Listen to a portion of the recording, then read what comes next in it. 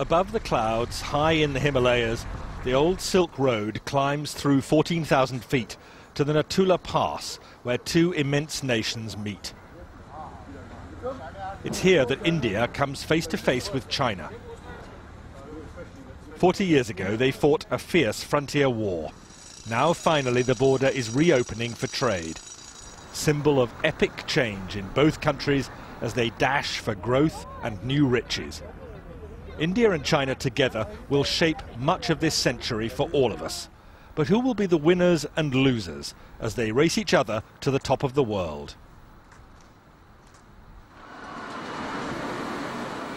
I'm setting off on a journey through China and India to watch the race unfold. First Shanghai, and the Chinese sprint from the very start. Welcome to Takeover Country. The airport train pushes through 430 kilometers per hour, 270 miles per hour, for a mere 8-minute journey. Impressive, undoubtedly. Vitally needed, hardly. But this train is a political statement. Be amazed, be very amazed by China's rise. Once China decided it wanted the fastest train in the world, there didn't need to be any public discussion. This isn't a democracy. In a one-party state, what the government wants, the government gets. The train seems to shout to the world, "We're overtaking you all." Arriving in India is a very different story. This doesn't immediately look like a country on a dash for growth. A taxi in Mumbai, the country's commercial capital, gives me far too much time for a close-up view of slums and jams. Most of India's roads are hopelessly inadequate, part of a lousy infrastructure. But what's holding India back? Partly it's the need to persuade people in overcrowded areas like this to move out of the path of modernization. They can't be forced out of the way. It's called democracy.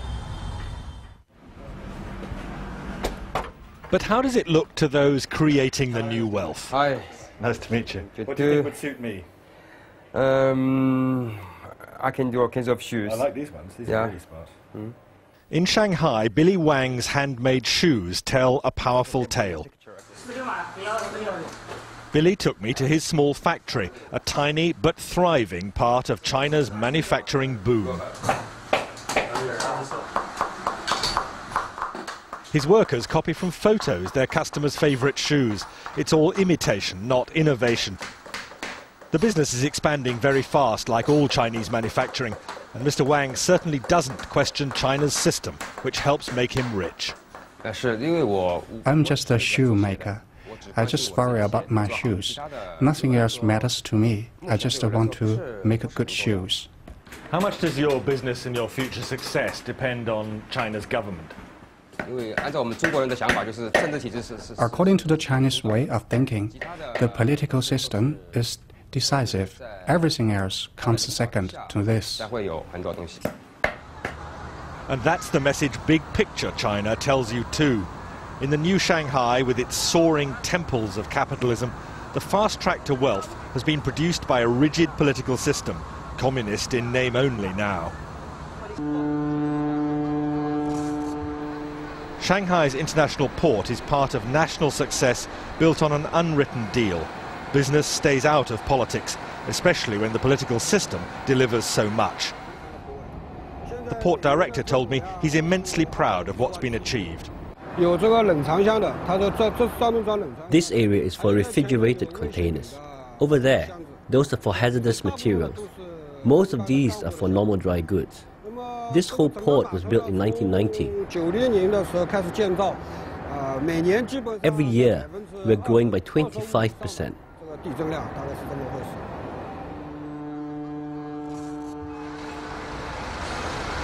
More than that, it's largely one-way traffic here.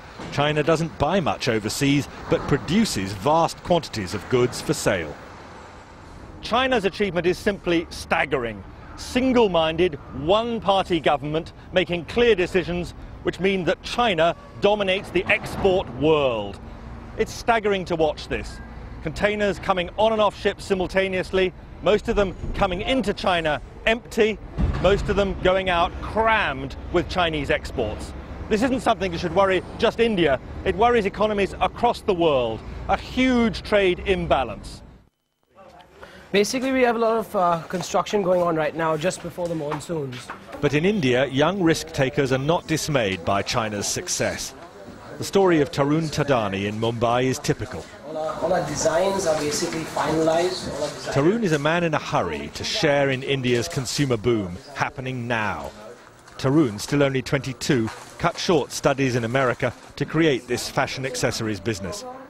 And the emphasis here in his design room, unlike China, is on innovation, not imitation. Here is all our new production. Next door in the workshop, a small team churns out low-cost fashion accessories for eager buyers among India's spreading middle class.